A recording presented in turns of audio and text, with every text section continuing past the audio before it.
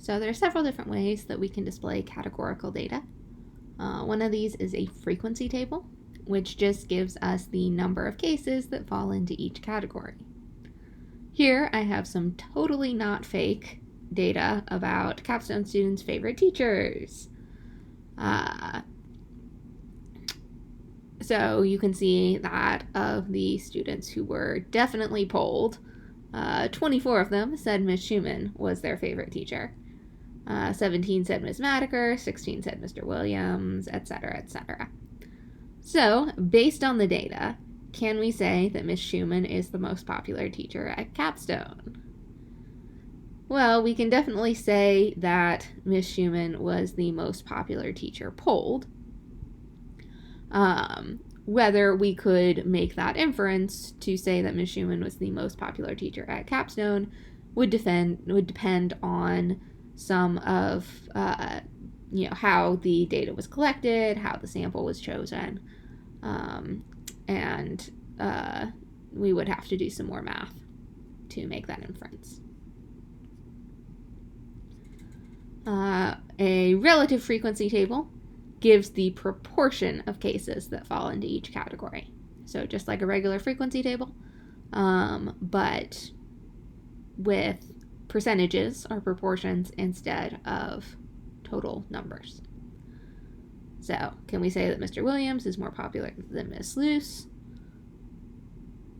They have the same proportion of votes, and so we would not be able to say that Mr. Williams is more popular than Miss Luce.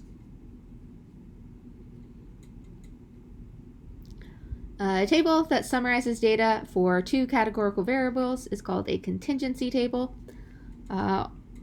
also called a two-way table.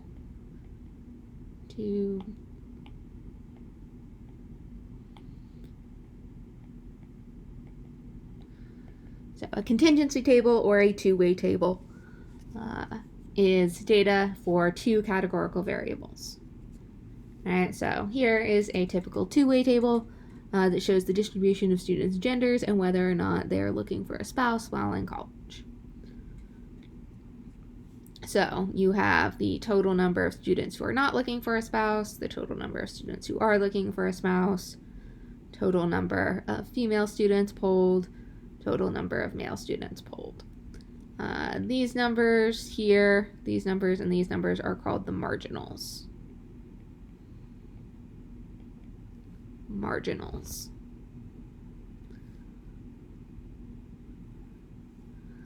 Bar plot is a common way to display a single categorical variable.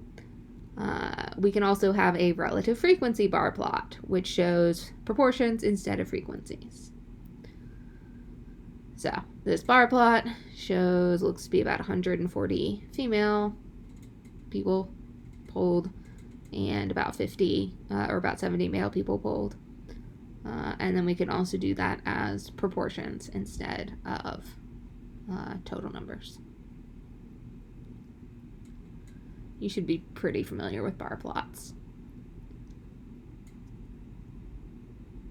Does there appear to be a relationship between the gender and whether students are looking for a spouse in college? To answer this question, we want to examine the row proportions. So, what percentage of women are looking for a spouse in college? That's going to be 51 out of 137. It's about 37%. What percentage of males are looking for a spouse in college? That's going to be 18 out of 70, which is about 26%. So, can we say there's a relationship or an association? Yes, because we don't get the same number. If we get different numbers when looking at the proportions when we stratify by gender, then we would say that there is an association. If the numbers were really, really close, like 33% and 35% or something like that, then we would say maybe that there isn't, or that we can't say that there is an association. But for a difference this big, yes, we can say that there is an association or a relationship.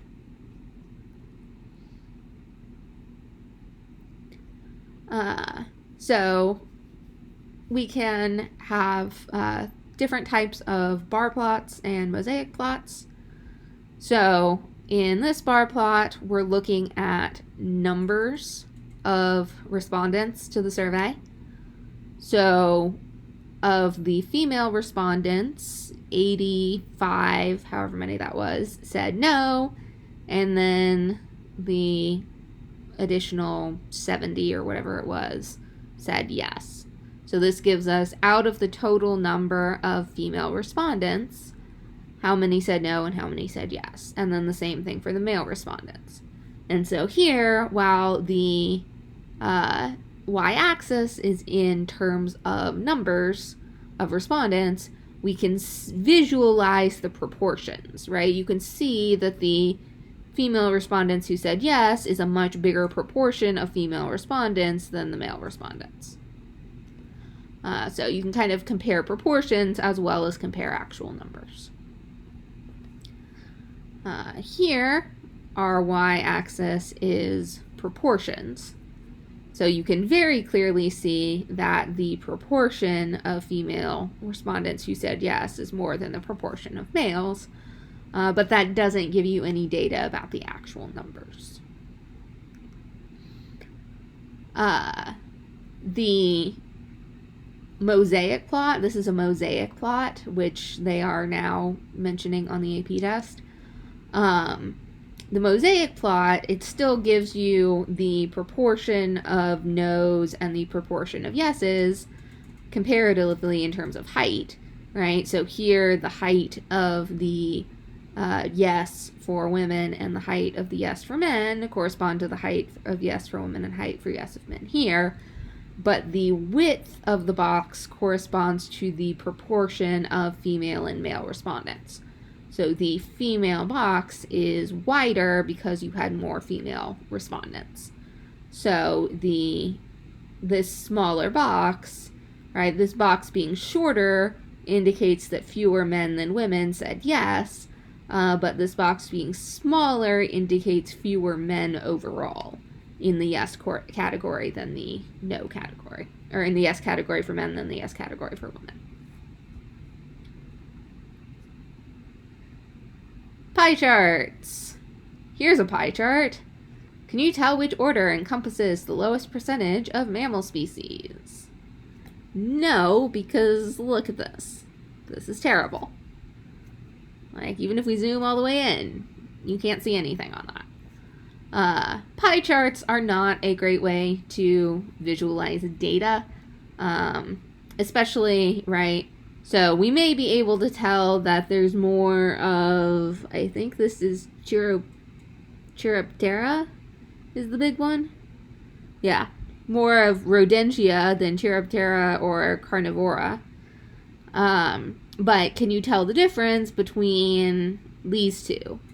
Primates and Soricomorpha.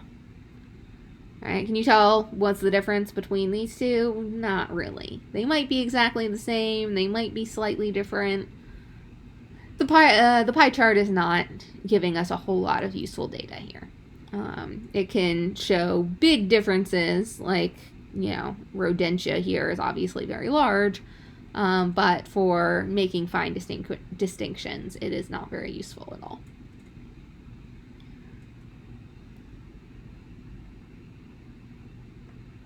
And we finish up with my favorite pie chart. What's wrong with this pie chart? Biggest COVID-19 worries. Getting it. Family getting it. Or the economy. Our percentages add up to like 168% or something. Because a pie chart is not the appropriate way to display this data. Clearly, the people in the survey were asked, were they concerned about each of these things, and allowed to answer yes or no, or allowed to pick multiple options, and then the data was displayed in a pie chart. as if it were proportions of a whole, in which it was not. So, anyways, I love this terrible graph with all of my heart. And that's it for categorical data. We're going to spend a lot more time talking about quantitative data, and then we will come back to categorical data later on in the course.